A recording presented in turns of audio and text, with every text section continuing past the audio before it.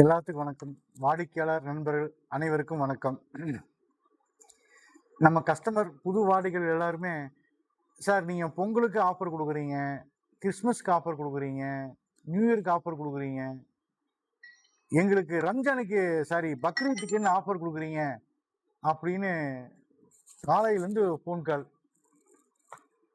சரி அவங்களுக்காகவே நாளைக்கு 28, 29, 30 3 நாளைக்கு அதிரடி ஆஃபர்.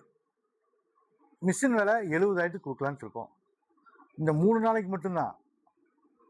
சரிங்களா?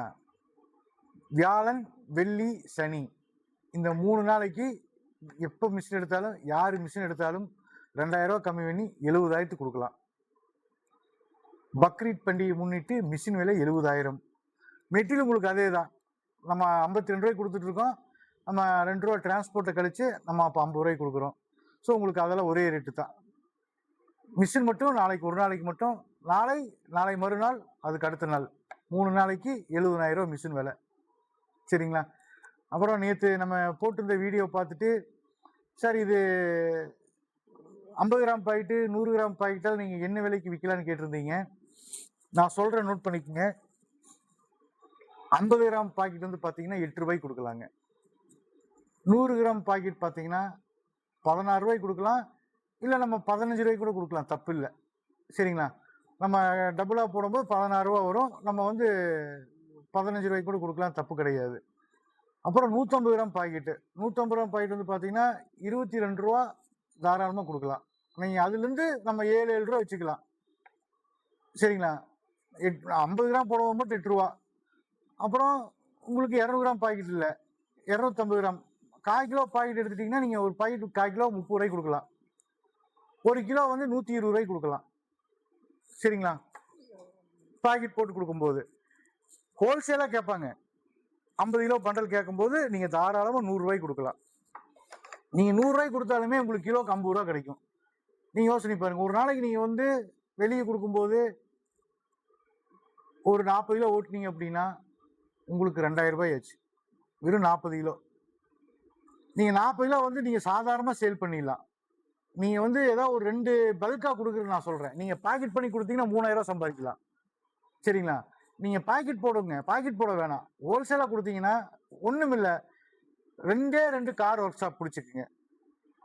2 கார் ஒர்க் ஷாப்பு இல்லை ஷோரூம்.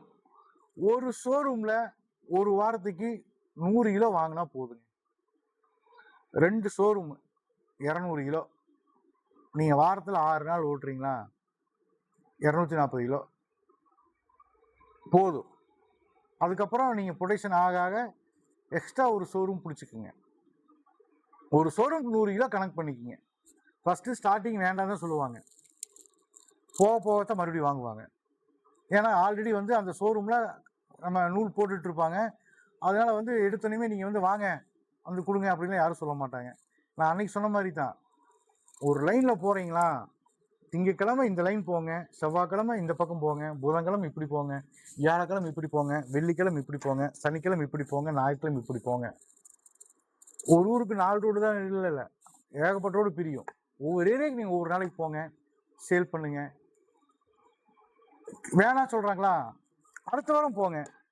கண்டினியூஸாக தொடர்ந்து போயிட்டே இருங்க. ஒரு ஒரு லைனில் ஒரு 5 வாரம் கண்டினியூவாக போங்க. 6வது வாரம் 5 தடவை வந்து கேட்குறானே மனுஷன் பாவம் அப்படின்ட்டு ஒரு நாள் ஒரு கடைக்காரன் வாங்குறது கூட வாய்ப்பு இருக்குது. அந்த ஒரு கடைக்காரங்களை பிடிச்சாவே நமக்கு ஒன்றா தான் 100 ஆகும், ஒட்டுக்கா 100 ஆகாது.